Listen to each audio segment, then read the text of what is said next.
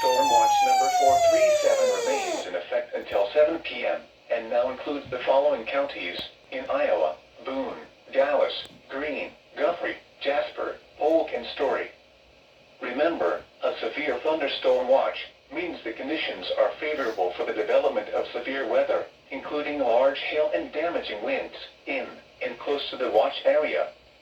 While severe weather may not be imminent, persons should remain alert for rapidly changing weather conditions and listen for later statements and possible warnings.